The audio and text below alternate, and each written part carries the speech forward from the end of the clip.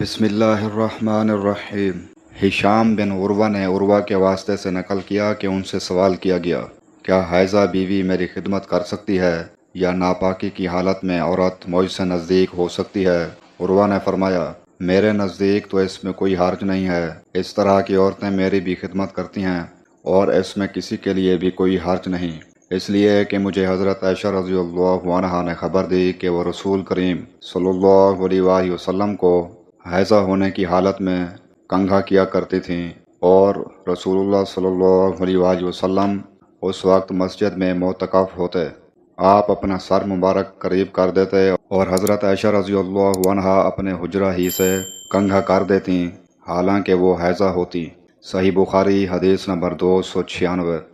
حضرت عائشہ رضی اللہ عنہا روایت کرتی ہیں کہ میں رسول اللہ صلی اللہ علیہ وآلہ وسلم کے سر مبارک کو حائضہ ہونے کی حالت میں بھی کنگھا کیا کرتی تھی۔ صحیح بخاری حدیث نمبر 295۔ حضرت عائشہ رضی اللہ عنہا سے روایت ہے کہ نبی کریم صلی اللہ علیہ وآلہ وسلم میری گود میں سر رکھ کر قرآن مجید پڑھتے حالانکہ میں اس وقت حیض والی ہوتی تھی۔ صحیح بخاری حدیث نمبر 297۔